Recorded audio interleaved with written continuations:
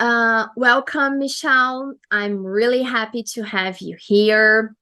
We will want to know all about you, all about your work, but just want to give you a really welcome and many thanks for donating, for giving your time to us. Of course. Thank you so much for having me. So, my name is Michelle Zeman. When I was 3 years old, I was diagnosed with pervasive developmental disorder, not other specified, which falls under the autism umbrella. And I identify as an autistic person. And I got into the field of applied behavior analysis, which is kind of interesting because I was originally going for journalism and I was actually photography. But I realized after, going through part of my bachelor's degree, I wasn't really all that happy. And so I actually reconnected with my old speech therapist from when I was like 3 years old. And I got into a private practice with her. I got to do a social skills camp with her and I loved it. And since then, I was just like, this is what I want to do. So I graduated with my bachelor's degree. I decided to still continue with it, but then I immediately started graduate school the next semester. I got through my coursework and I was a direct service professional. That was my first exposure to the field. Um, Very heartbreaking, because you see children, basically being the ward of the state. And unfortunately, there's only so many direct service professionals that come in. And unfortunately, the turnover rate is so high due to the low pay that direct sports professionals get. But I did end up transferring out of that unit after about 6 months so that I could become an ABA therapist. I back when I was first an ABA therapist, so keep in mind it was 2013. The registered behavior technician credential was not a thing until a few years later. When I first joined the field, I was definitely very nervous because I was working with a variety of students, but then on top of that too, I felt like I didn't know what I was getting myself into. But then after a little bit, I realized, you know what, this is the right fit for me. And so I went on to get my BCBA license, got all my hours, and I passed my BCBA exam. It did take me a few times to get there, but that doesn't make me less of a BCBA. I became a BCBA officially in August 2016. And when I first was a BCBA, and even like as I was gaining like experience and whatnot, I didn't really have a whole lot of mentorship. So I kind of learned things on my own. And I realized that by me learning things on my own, I could teach my students and my supervisees the skills that I learned by myself. So for me, I've always taught from a place of compassion. I've always taught from a place of, we need to do better for our students. We need to teach advocacy, promote autonomy, bodily autonomy, and I've been able to do that since then. So, but currently I am a remote BCBA supervisor for a company out in Virginia. I also provide consultation services on the side. I like to review treatment plans a lot. I also work with students who are accumulating hours for their BCBA exam. And I'm also an autistic self-advocate. I just recently came back from Tallahassee, Florida, not too long ago, and I got to advocate on a few different issues and that are happening in our state, unfortunately. And I've been able to get like quite a bit of positive feedback from each of the representatives. So it's really exciting. But yeah, and I'm also a board member at large for Autism Society of Greater Orlando and a advisor for a group called Magical Self Advocacy, which is a self advocacy group here in Orlando, Florida. Oh, great. That's a lot. I have a lot that I want to unpack with you and For sure. know a little more of details. So you live in Orlando. Yeah, so I live in Winter Springs, which is a suburb of Orlando, but I pretty much say I live in Orlando. Okay. Yes. You will find lots of Brazilians there because Brazilians love to go to Orlando and to Disney and Universal parks and everything. It is so sad to know because I think the connection is a little unstable. Let me see if, because you Yeah. froze to me. Now it got back. Uh, Okay. I was in Orlando. It's a shame that we could had some coffee, and I didn't know you back then because I was in Orlando in December through February. I spent some time there in the Oh, United States, yes, with my family. So if I knew, but I plan to come back soon, so I will definitely let you know about that because I love Orlando and oh, Florida. So it will be great to have a yeah, coffee with you in person. Uh, absolutely. so Absolutely. Anytime. y- Great. So you told me that you have your diagnosis with 3 years old. What was it like of like for your mother? Does she tell you that like what it was? What did she see that it was like you did not speak? What it was like? Yeah, so my mom noticed something like almost immediately after I was born. Wow. She noticed that, yeah, she noticed that I didn't like touch. I didn't like being held. I didn't like things hanging off of me. And as I continued to grow, I was I had multiple delays in my milestones. I didn't start talking until I was, I think, 3 or 4. And I wasn't fully potty trained until I was about 4.5. Um, there were delays with that. Um, and when my mom was first seeking a diagnosis for me, she mentioned to me that the doctors that she went to were like, "Oh, it's a third child thing," because I'm the third child in the family. I'm the Okay. youngest, and yeah, so oh well, the third child in the family develops the slowest.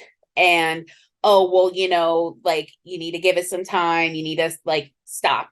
And so then all of a sudden she got a hold of an article that was sent by a friend, and it was something about autism, and she was like, yes, that's what it is.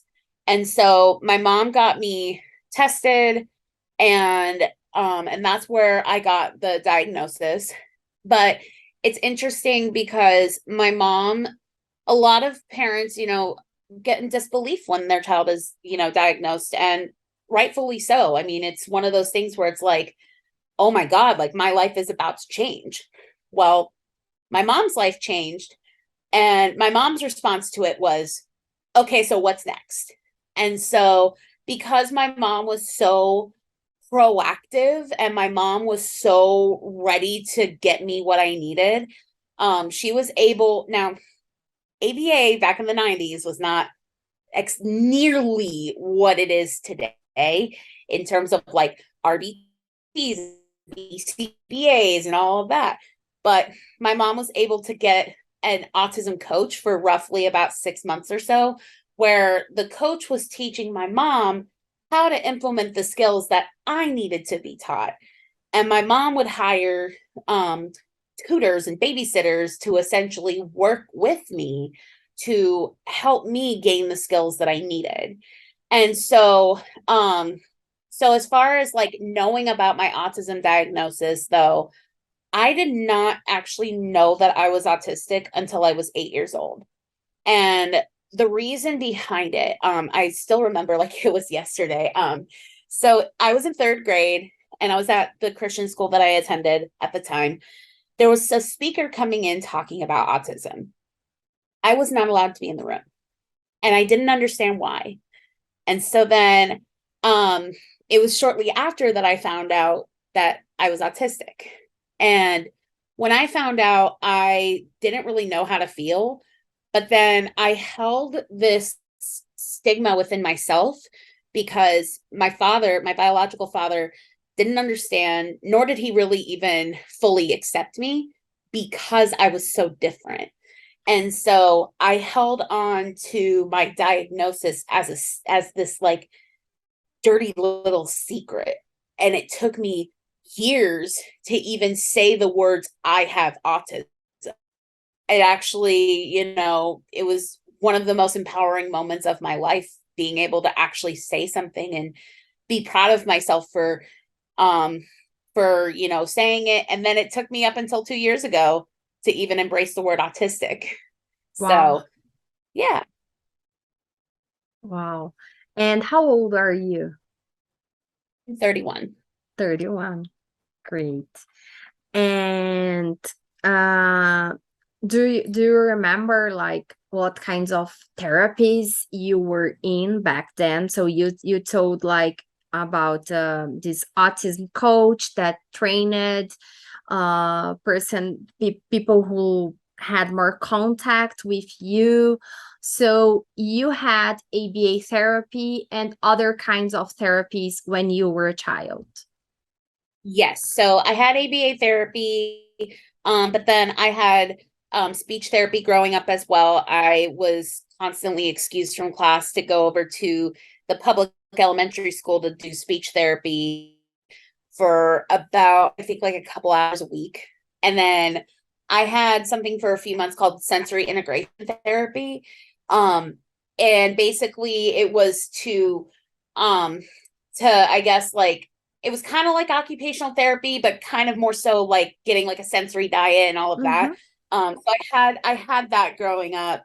And then this isn't so much related to autism, but I do have counseling just because for me, therapy is so important to me. And because, there's certain things with my autism and my mental health, I do a lot of, I actually see a therapist once a week to just sort of like talk through all of my emotions, talk through, like, unpack everything. So great. Yeah. And you had like special education services like SLP and sensory integration. It was part of special educational services. So it's interesting because I did have special education in preschool, but and I still had an IEP like up until a certain point. But here's the thing. So my mom knew that when I would go into like the kindergarten classroom, because I was going there, I think, every afternoon for like a couple hours, my mom knew that I was bored. And she wanted to make sure that I was being challenged, because even though like I may not have had the strongest communication or strongest social skills, academically speaking, I was above my peers. And so my mom called a meeting with the superintendent, my SLP, and a bunch of board members. My mom was like, I want her to be able to skip a grade. And the principal was advocating against that because of a prior incident where I pulled the fire alarm down. And because I was so curious. I didn't know that the fire alarm was gonna make that noise, but I haven't had a fire alarm since then. But my my mom's my mom was advocating on that, and then the superintendent actually asked my SLP, "What do you think?" And my SLP was in alignment with what my mom thought. So I got promoted into first grade at a different school because my mom did not want me at their public school. She wanted me in a more structured private school, essentially. And funny enough, I didn't learn about this until I was an adult. I was on probation for 6 months because they wanted to make sure that I was not going to be a disruption in the classroom. And I went there for 5 years, so clearly I wasn't. So yeah. Wow. You just reminded me that my son, he did not in this trip that we were in the United States now this year, he pushed some button that it was like an alarm that I don't know if it was in some zoo, that it has an emergency button for you to call. So he called. Those Oh, buttons, it keeps appearing, and it's, I don't know, it draws lots of attention, those buttons, and children want to like just to push. it does. And it's like, these buttons are so like shiny and flashy and whatnot, but yeah, I mean, I literally pulled the fire alarm when I was 4 and the sound was so bad that I was just like, no, I can't do this anymore. So Too much. yes. And how was your high school years? Like, you had problems? Did you like felt bad, wishing not wanting to go? Or did you have a good experience? How was it? Um, Honestly, my high school experience wasn't bad, but it wasn't Mm-hmm. great. Um, Okay. to be completely honest with you, I think, it was tough because even though I have the ability to communicate and make friends and all of that, back in high school, not to say that I didn't have this ability, but um unfortunately there is a lot of mean kids, you Yeah. know. So, and it also didn't help. I mean, I am an overweight person. And so not only do I have, being the what people call the weird kid on my target list on my back, Mm-hmm. um, I now have the fat girl on my back. So no one wants to be friends with the fat weird girl. No one wants to date the fat weird girl. So oftentimes, more often than not, I only had maybe like 1 or 2 friends throughout my entire high school career. And granted, I realize now, like, I have a few very amazing people in my life, and um and some of them I've spoken to for the last, gosh, probably over a decade or so. But my high school years were kind of like not great. College though was great. Like, my college years were actually significantly better because I didn't have to deal with anybody from high school, one. And two, I kind of got to do like my own thing, essentially. I got to be independent, where in high school, I'm still under certain restrictions and whatnot. I couldn't just graduate early. I couldn't just, get out of certain things early like I could in college. So, Yeah, I totally get it. So college, you went to do a bachelor's degree in journalism. yep. So that was your first experience in education outside high school. And then you told me that you felt that it was not what you really wanted. So did you started working, or it was during the university, the final years, that you saw that it was not something that you want to continue with, like working? Yeah. So when I was a sophomore in college, that's when I reconnected with my old speech therapist and did the social skills camp. And that was when I was like, okay, something needs to change. And so because I was really only like 3 or 4 semesters away from graduating college, I just stuck out my journalism degree. And granted, I mean, I'm doing, a lot of writing and whatnot, but at the same time, I knew that I needed a change.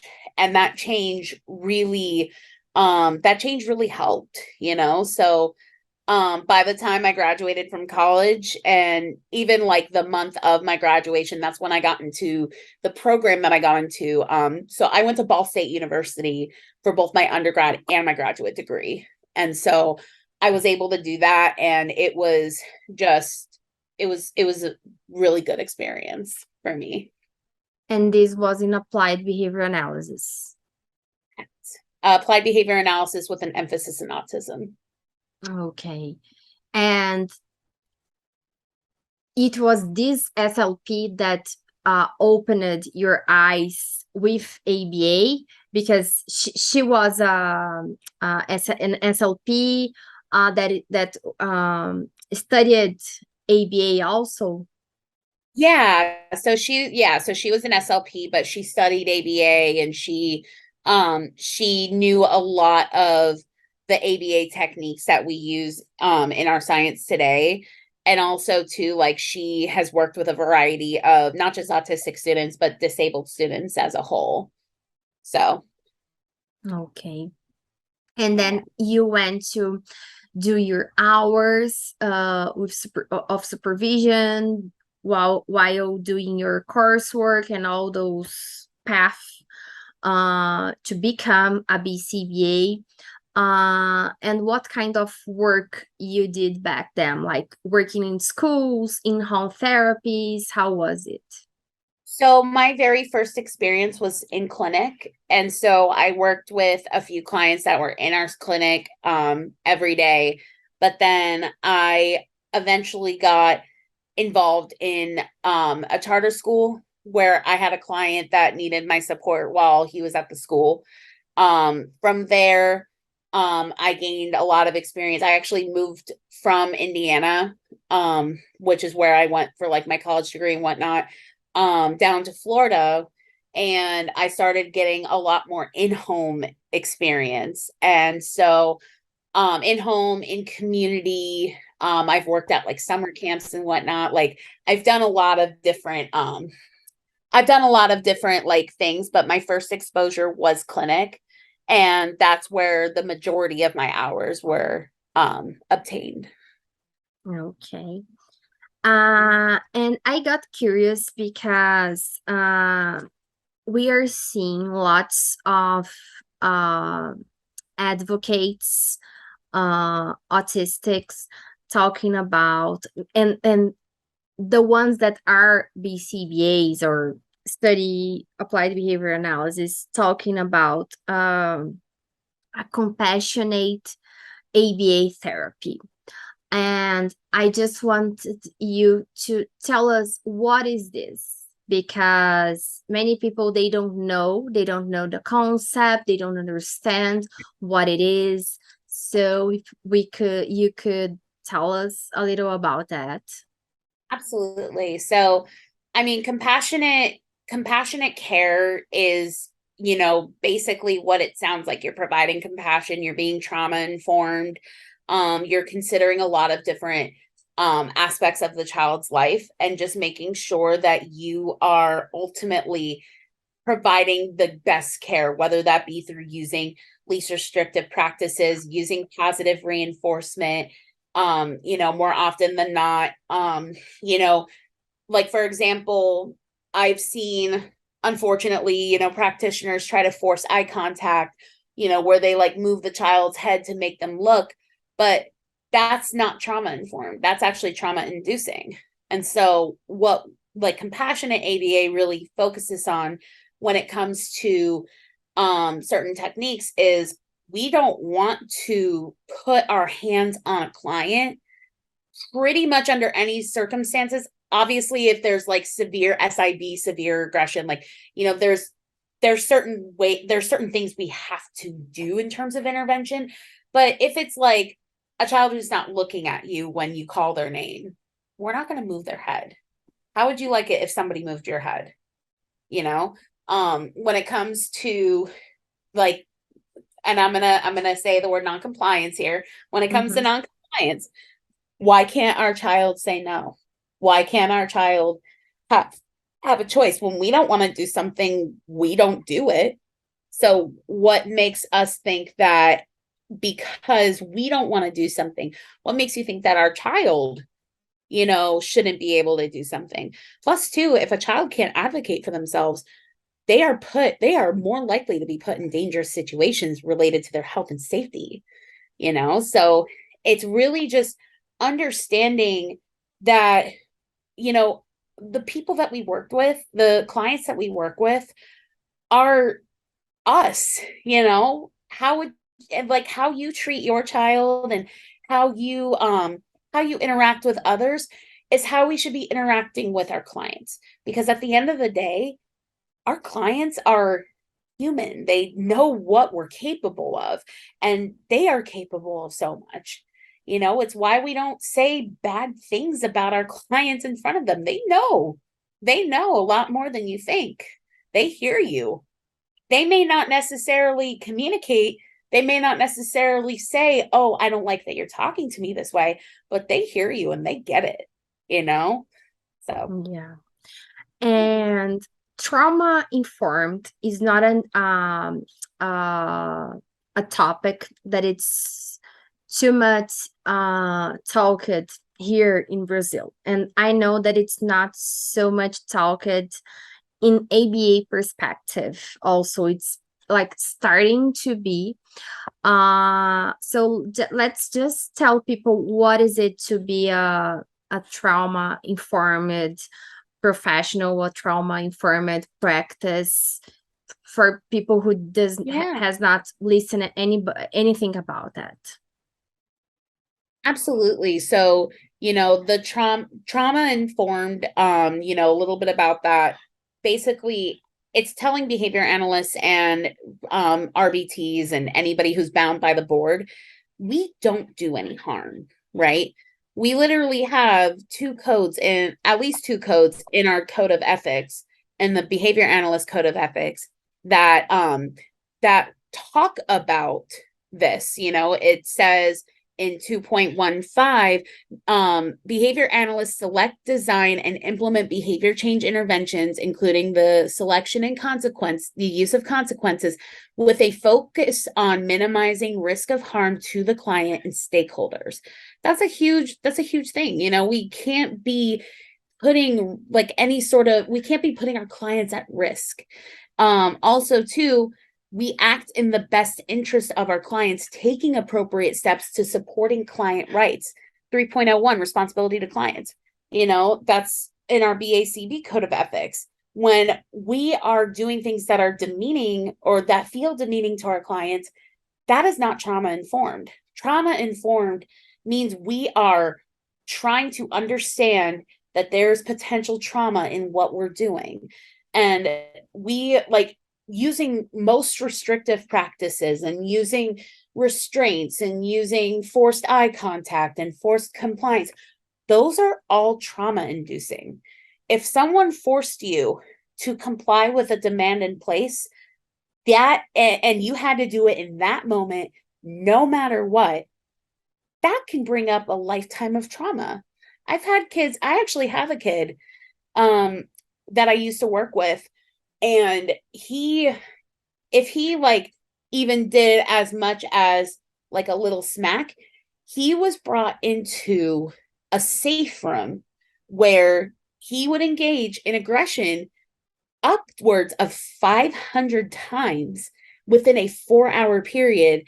And they would not let him out until he was completely de-escalated. And this is a bright, brilliant student who knew he knew how to push people's buttons, and they would do CPI holds on him, and they just would kind of leave him there. That's not trauma informed. When I started working with that particular student, I realized, okay, the best way for me to alleviate and de-escalate him is we need to give that child time to calm down. We need to give that time. And we're not putting him in a safe room. We're not doing that. We're letting him sit in his bedroom. He can hold a stuffy. Doesn't matter. As long as you are decompressing in the way that you feel that is appropriate, that is what truly matters. And I was able to get it where within maybe 5 minutes, he came right out and was ready to participate. That's trauma informed. That's showing that you care, because you're allowing the student, you're giving them the autonomy to decompress somewhere else for a little bit. And then once they're calm, they can come out, they can participate again, and they're fine. So I guess the biggest lesson, I think the biggest takeaway is just understanding that there is a lot of risks in the interventions that we do. And it's making sure that we put an emphasis on client-centered care, minimizing risk, and doing no harm whatsoever. Yeah. And we talked a little about eye contact. Recently, I did a post on social media talking about eye contact and why you should not have an eye contact as a target for intervention. And it was a huge post because we have three types of people in on the comments. One, they are parents, and some are saying that, oh, if they get this out of therapy, I will continue teaching at home. Because, and some other mom, she was saying, she was comparing eye contact with wearing clothes. So like totally different things. I get her perspective, but she was in a place like, oh, eye contact, it's a really, really important skill that someone should have to learn to interact and things like that. And we also had professionals with those kinds of saying that it is evidence based. How can we teach someone who does not look for us? How can I run programs and teach skills and teach abilities if the child is not looking for me?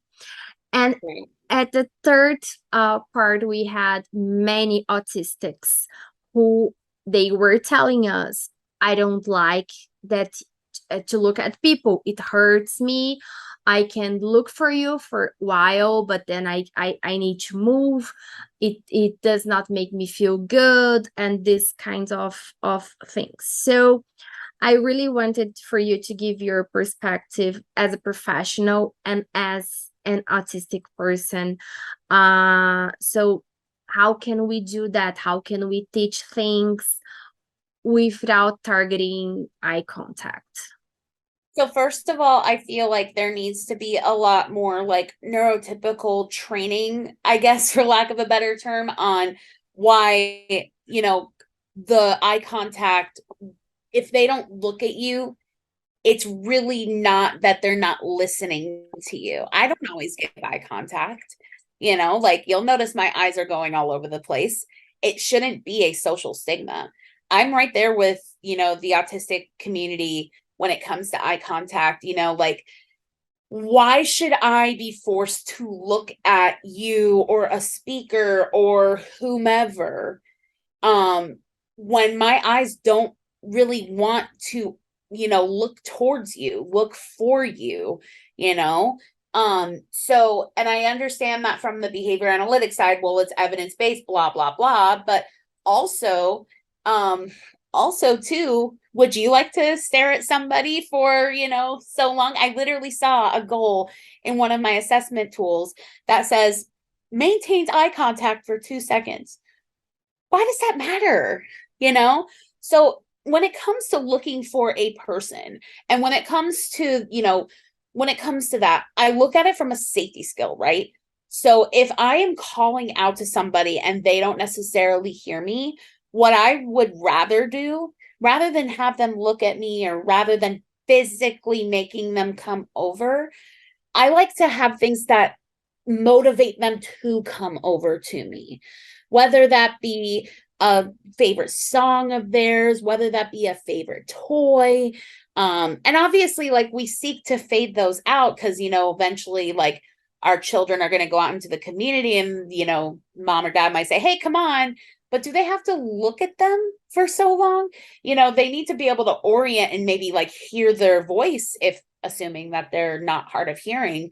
So it's one of those things where it's like, I understand why eye contact might be a big deal to the professionals, but at the same time, I personally don't think it's a big deal. I think instead, as long as I'm orienting, as long as our children are orienting and also kind of like seeking out the sound, we also need to be motivating our children to even, come to us, and also too, the other thing that I look at too, from a safety perspective, is what if a complete stranger, someone who is not going to keep our children safe, says their name and then they look directly at them and follow their directions?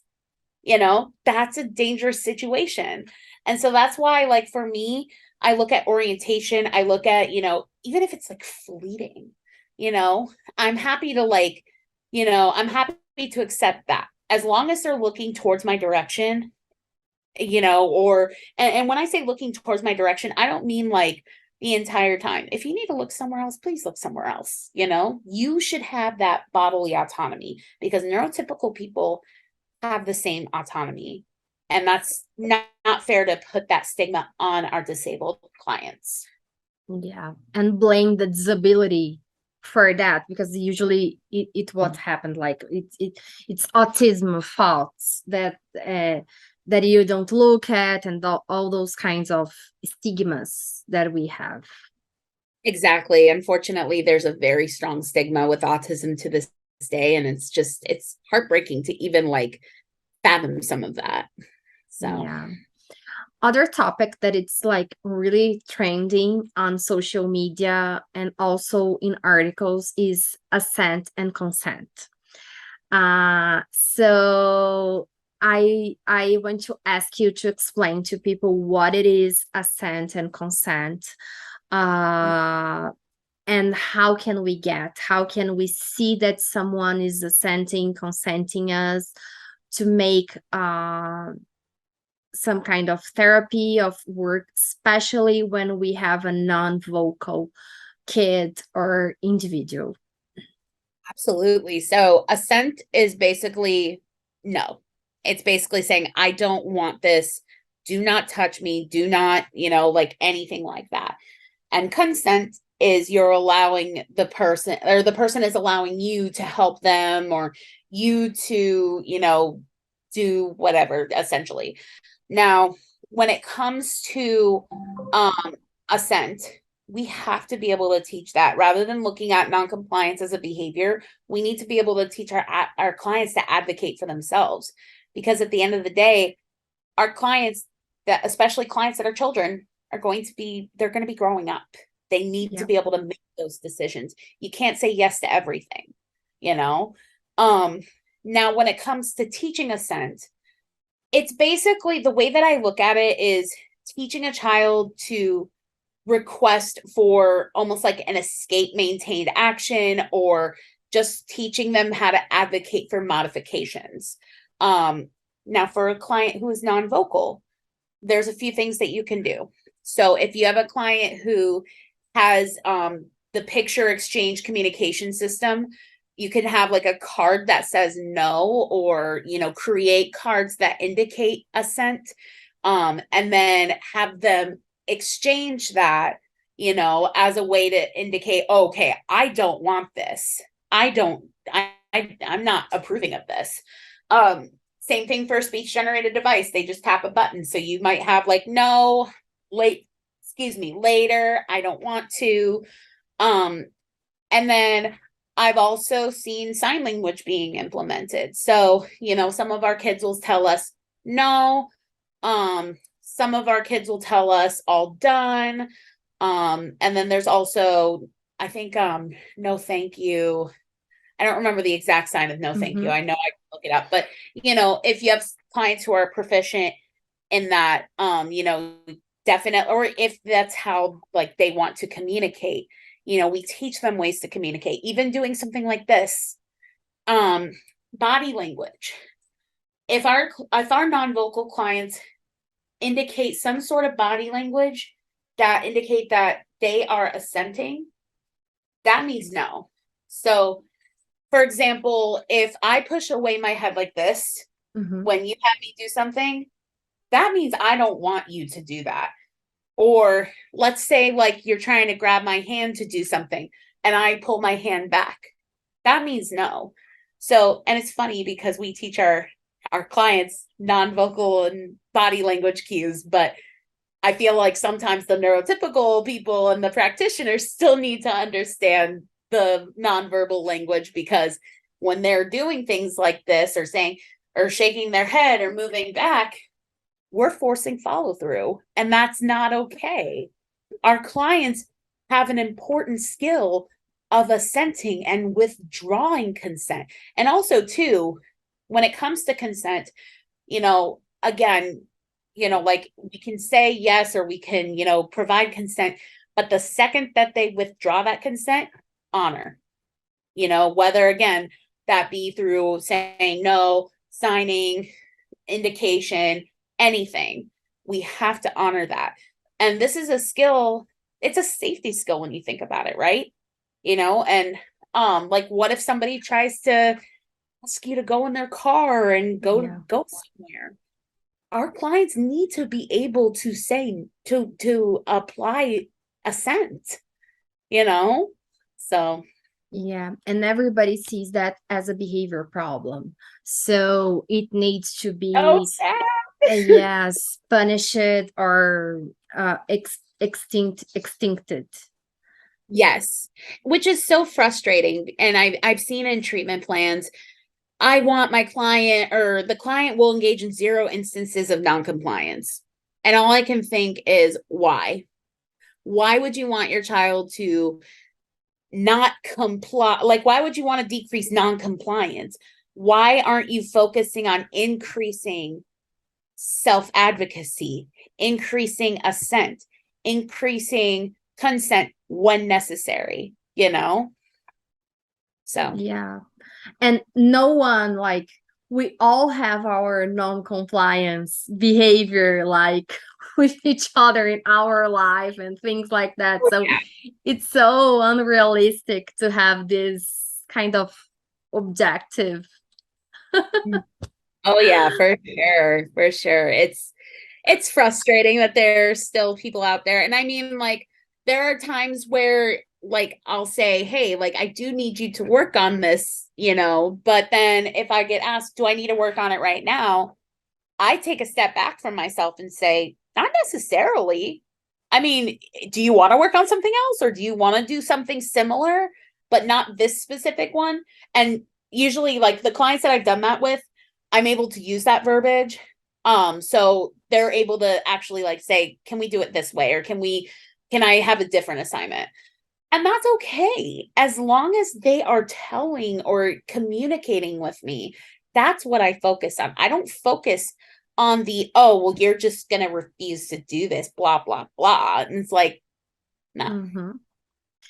Mm-hmm. And I got curious because you had ABA therapy on a time that ABA therapy was really robotic, we can say, and really restricted. I don't know if you had this kind of service yourself, but what intrigues me is that you wanted to know more and to study about this and to work with this. You did not see this as a bad thing. I think you learned, I don't know how, but to separate what it was good and what it was not. And Yeah. you picked up the good things of the science and use it in your practice. How did you do that? Yeah. So, growing up when I had the ABA therapy, I was lucky enough to have my mom, but there were some drills that I had to do. And I kind of realized, okay, ABA is an individualized, it's individualized. And, like, even though it's evidence-based, we shouldn't just be doing DTT drills every single day, every single chance that we get. Like, it's robotic, it's too much. It's no. So I really try to, yes, like, there's times where that might happen, but I'm not going to force that. If my kid doesn't want to do it, if my kid is indicating they don't want to do it, okay, we focus on more of the natural teaching.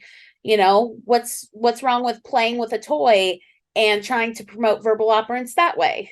What's wrong with, incorporating one-step directions within an activity that they're doing? ABA therapy shouldn't just be, I'm sitting at a table with a behavior analyst or a technician or whatever, and answering a bunch of these questions of, what's this? Who is it? Is this? No, it shouldn't be like that. It should be fun, because at the end of the day, we're providing a service, and it should be high quality, not just I'm going to sit here and do these drills, and then I get a break, and then I come back and do more drills and get a break. That's first of all, it's repetitive. Second of all, it's rote. And third of all, like, if someone subjected you to that, you would probably be upset too. Yeah. So again, like, that's where I really try to, like, and I wanted to be in the field too, because I know that there's a lot of bad flack that ABA gets, and understandably so.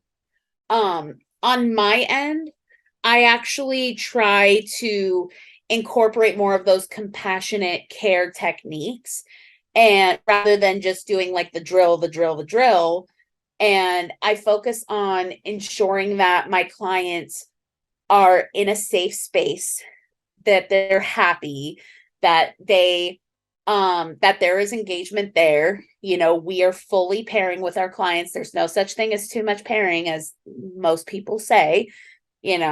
So it's one of those things where, like, we really want to make sure that, like, when we're in the field, we don't want to negate anybody's experience, negate anybody's trauma. We're not going to invalidate that. What should change is the narrative, and we say, okay, we've heard, we've listened, and we're going to continue to listen. Now let's make a change for the better. Let's do this. Okay. So coming to the end, because I want to let you go, but I really want to ask you, you told us about your job, that you work for a company in Virginia, that you do remotely supervision.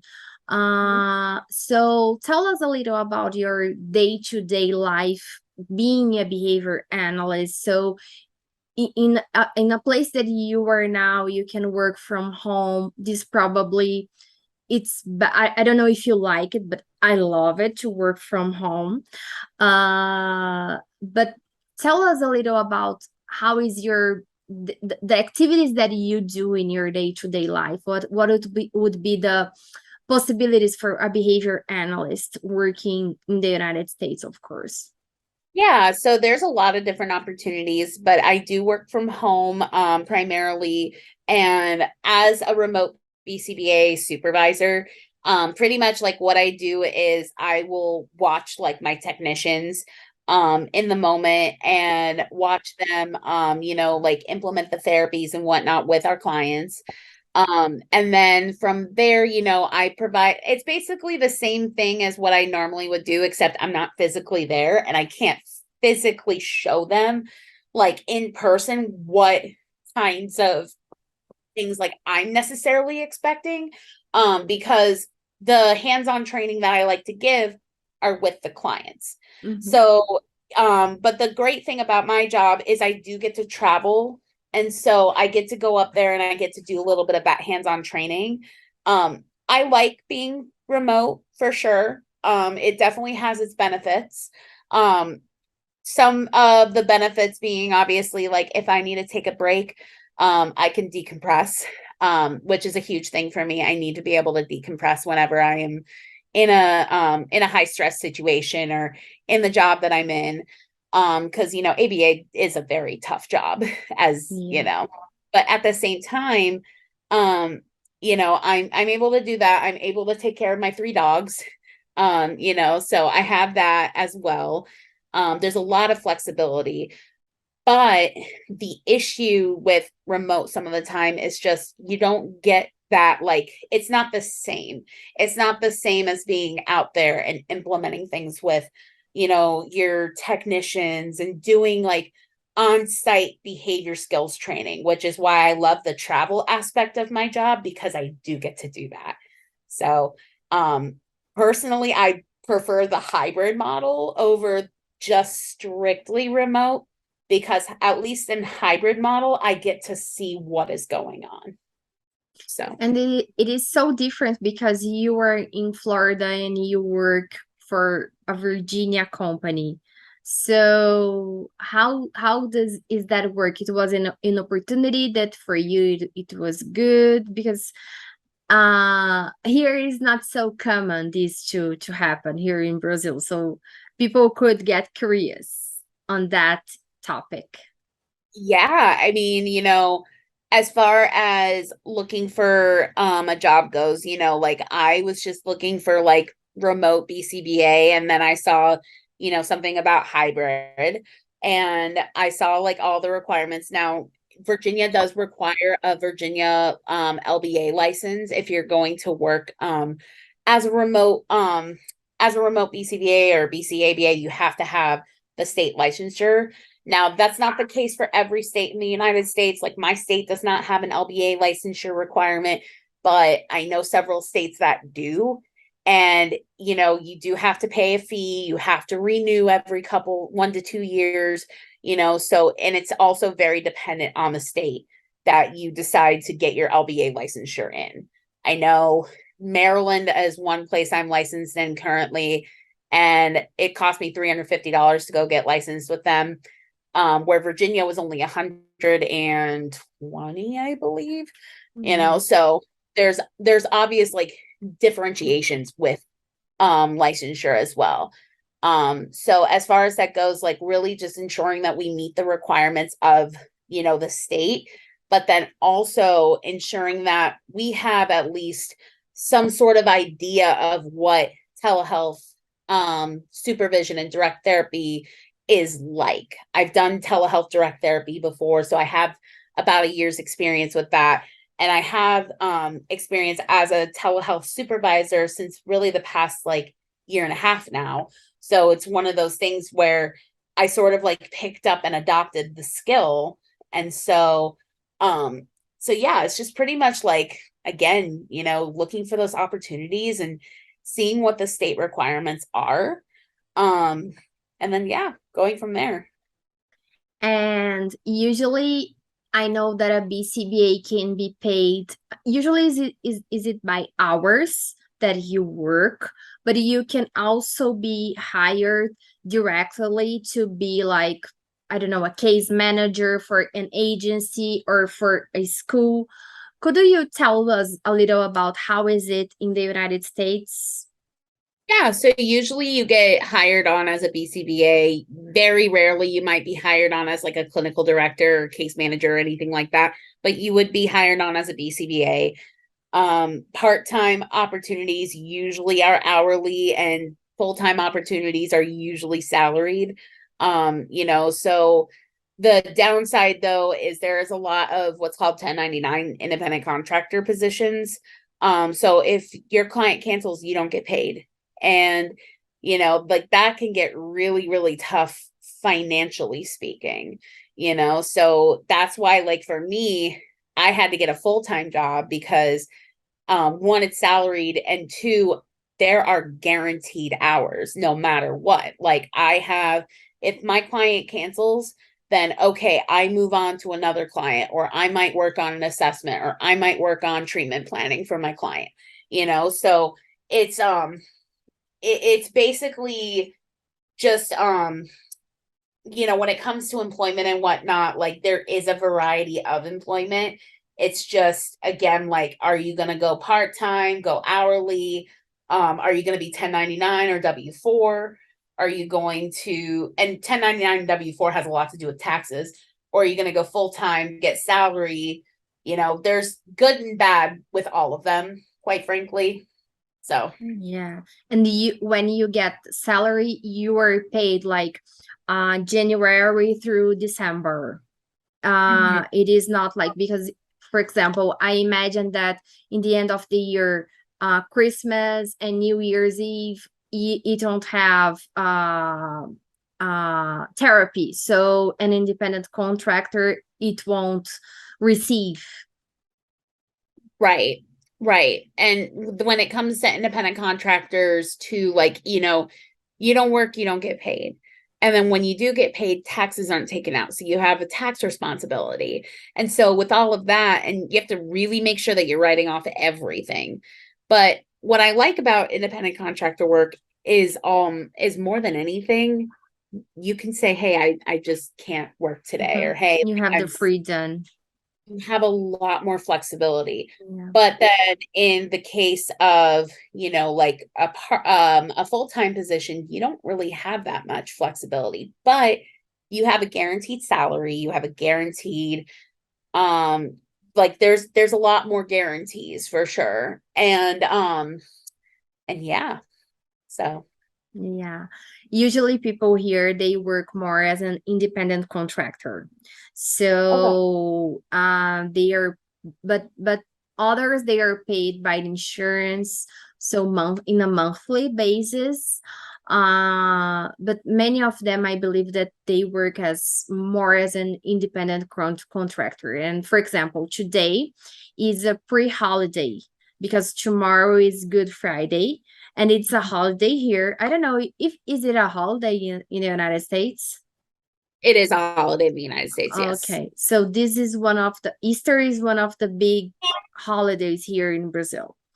Yeah. And so today many schools did not have classes, and probably Yes. many people did not have therapy, and also Yes. tomorrow. So it was like 2 days less in their week that they will not get paid.